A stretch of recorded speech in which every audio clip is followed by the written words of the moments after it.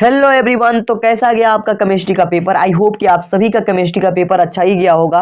347 केई कोड का पेपर हम यहाँ पे ले चुके हैं। इस पेपर का पूरा सॉल्यूशन इस वीडियो में बताने वाले हैं। कौन सा ऑप्शन सही था, कैसे कैसे क्वेश्चन आए थे, पेपर इजी था या डिफिकल्ट था, तमाम तरीके की जो भी डाउट है आपके दिमाग में वो सारी डाउट क्लियर हो जाएंगी और आप लास्ट में रिलैक्स फील करेंगे। इस वीडियो को शुरू से लेकर के अंत तक देखिए। इस वीडियो में बताएंगे कि कौन कौन से ऑप्शन सही थे। सबसे पहले बहुविकल्पी प्रश्नों को हम जो है देख लेते हैं। तो बहुविकल्पी प्रश्न में जो है 4 विकल्प दिए गए थे, इनमें से किसी एक को ही हमें सही करना था। ये सारी चीजें आपको पता है। पहला जो क्वेश्चन था हमारे पास, देखिए हमारे पास जो बहुविकल्पी प्रश्न थे इजी ही थे, ठीक है, सारे क्वेश्चन इजी थे।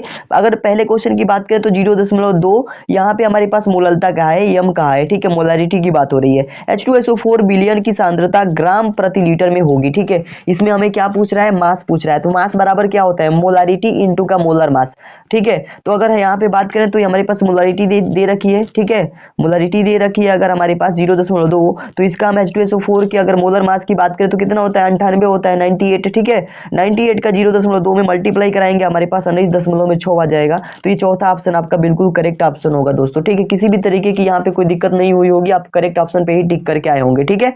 ठीक है, अगले क्वेश्चन की बात करें तो दूसरा क्वेश्चन हमारे पास पूछा गया था, निम्नलिखित आयनों में अनुचुंबकीय आयन है। अनुचुंबकीय आयन की बात कर रहा है। देखिए दोस्तों, बहुत सारे स्टूडेंट Zn++ पे मारे होंगे, लेकिन ये ऑप्शन गलत हो जाएगा, ठीक है। अब देखिए Ni2+ होता है, ये ऑप्शन आपका सही हो जाएगा। सही क्यों होगा? अनुचुंबकीय आयन ये क्यों होगा? अनुचुंबकीय होने का कारण भी है क्योंकि इसमें जो है 2 अयुग्मित इलेक्ट्रॉन होते हैं Ni2+ में, ठीक है, और इसीलिए ये वाला ऑप्शन आपका सही होगा दोस्तों, ठीक है। तो आशा करता हूं कि ये गलती आप नहीं किए होंगे कि Zn++ पे मारे होंगे, आप जो है इसी पे ही करके आए होंगे, ठीक है। किसी भी तरीके की कोई दिक्कत नहीं होगी, इसका उत्तर ये हो जाएगा, ठीक है। अब बात करते हैं अगले क्वेश्चन की। तो अगला क्वेश्चन आप सभी के पास है, निम्नलिखित में से कौन सा आयन उप सहसंयोजन यौगिक नहीं बनाता है? इन्होंने जिस पे टिक किया था वो गलत है, ठीक है। इसमें सही ऑप्शन हो जाएगा आपका Cr2+, ठीक है।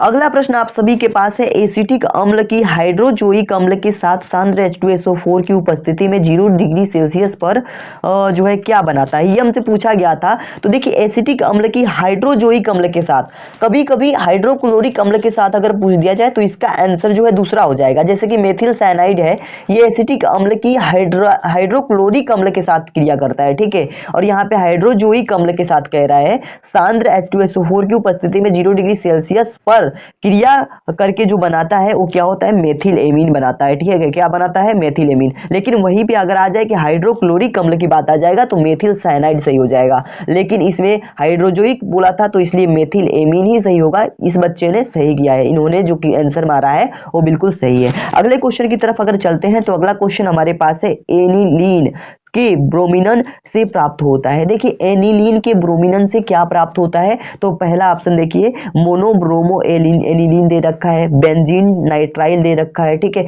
तो इसमें जो सही ऑप्शन है इन्होंने जो है बिल्कुल सही किया है। एनिलीन के ब्रोमिनन से अगर बात करें तो इसमें क्या प्राप्त होता है? हमें ट्राई ब्रोमो एनिलीन प्राप्त होता है, ठीक है। ये ऑप्शन आपका बिल्कुल करेक्ट हो जाएगा। अगले क्वेश्चन की तरफ चलते हैं। तो अगला क्वेश्चन आपका था, इन्यूलिन के जल अपघटन से प्राप्त होता है, ठीक है। इन्यूलिन के जल अपघटन से क्या प्राप्त होता है दोस्तों? तो इन्होंने गलत किया था, फ्रक्टोज प्राप्त होता है। सेकेंड ऑप्शन आपका बिल्कुल सही होना चाहिए। आप लोगों ने अगर इन सभी को आंसर में लिखा है तो आप सभी के आंसर बिल्कुल सही होंगे, घबराने की कोई जरूरत नहीं है। आप लोगों के जो बहुविकल्पीय प्रश्न थे बिल्कुल इजी थे दोस्तों, किसी भी तरीके की कोई दिक्कत नहीं है। अगर हम बात करें दूसरे प्रश्न की, तो दूसरा प्रश्न में आपका आया था, राउल्ट के नियम को परिभाषित कीजिए इससे संबंधित, ठीक है।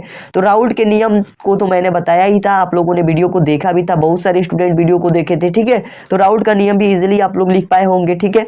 और भी बहुत सारे जो है इजी क्वेश्चन आए थे, जैसे कि एक दंतु तथा द्विदंतु लिगेंड के उदाहरण लिखना था आपको, ठीक है। ग्रिग्नार्ड अभिकर्मक को बताना था, ठीक है, इसके उपयोग को बताना था, ठीक है। तो ये सारी चीजें आप लोगों ने लिख ली होगी। यहाँ पे परासरण दाब निकालने के लिए एक न्यूमेरिकल आया था, तो इसको भी आपने सॉल्व कर लिया होगा, ठीक है।